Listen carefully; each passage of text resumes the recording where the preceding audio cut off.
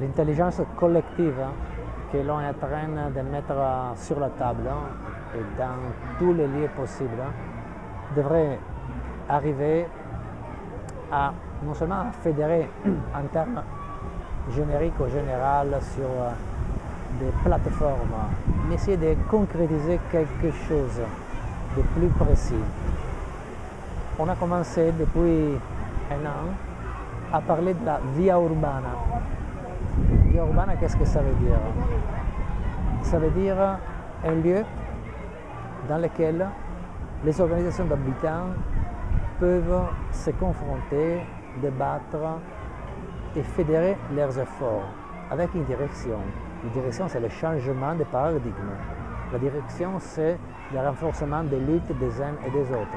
La direction, c'est de partager des outils, des analyses. La direction, c'est de construire une vraie plateforme, non seulement une page internet qui peut-être 100 personnes pourraient lire dans un an. Non, va devenir effectivement quelque chose qui les organisations locales disent « Oh tiens, voilà, c'est exactement ce dont j'ai besoin ». Parce qu'on parle par exemple de cancellation de la dette. Quand moi je vais auprès de mon maire et demande avec force de l'argent pour du budget, pour faire des plans d'urbanisme, du logement social, il affirme qu'il n'y a pas d'argent. Pourquoi? Parce qu'il doit payer la dette, l'État. Alors voilà l'idée, le déclic, canceller la dette, annuler la dette, mettre cet argent épargné dans un fonds populaire ou la coopérative. Là, mais pour faire circuler ces idées, il n'est pas suffisant de la mettre sur un site internet, pour la faire circuler dans un réseau. Il faut que tous les réseaux, tous les habitants, les organisations d'habitants puissent avoir accès et donc qu'ensemble on fait bouger les propositions. Comme il est important que tous ces sujets pourraient mettre ensemble la solidarité, par exemple, contre l'expulsion. Il y a quelques jours, nous avons été devant l'ambassade du Ghana. Oh, ça a été en 2 heures, nous avons organisé un autobus devant l'ambassade. Nous sommes entrés, nous avons rencontré l'ambassadeur, il s'est engagé, il a envoyé un message à son gouvernement.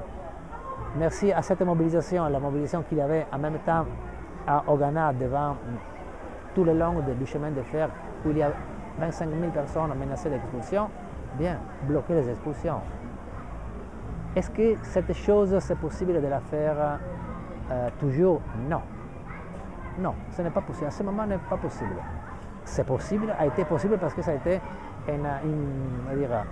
une convergence particulière. L'Assemblée mondiale des habitants, le Forum social. Nous étions là en provenance des dizaines de pays. J'ai vu la liste de présence, il y a plus de 45 pays.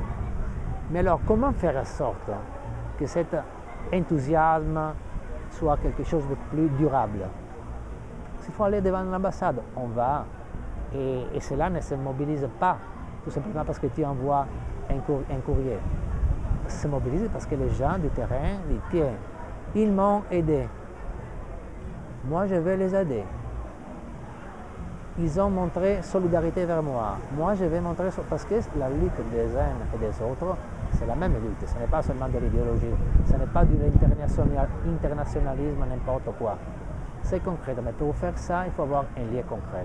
Donc, on parle de via urbana et communautaires, pour montrer qu'il ne s'agit pas tout simplement de quelque chose qui concerne la ville, une sorte de contraposition à la vie campesine. Non. L'idée, c'est de montrer qu'il y a des sujets qui sont les habitants, qui ont leur organisation, leur réseau et aussi un espace commun pour se mobiliser, comme la vie urbaine.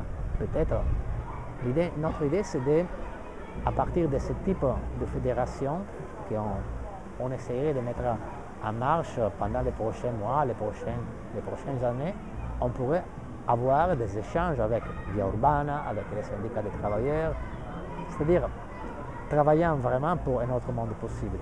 Les partis politiques ont leur rôle, mais les sujets concernés devraient avoir.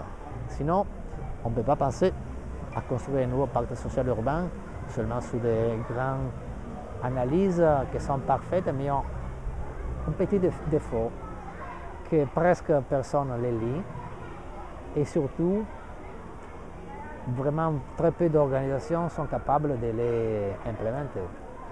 Donc si les choses partent d'en bas, probablement quelque chose de plus concret. Je ne dis pas qu'une chose est mieux de l'autre.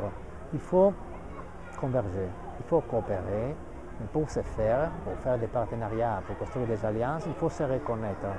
Donc avoir nos lieux à nous les habitants, les organisations d'habitants. Vie urbaine et communautaire, c'est là. C'est la solidarité faite personne, au niveau global.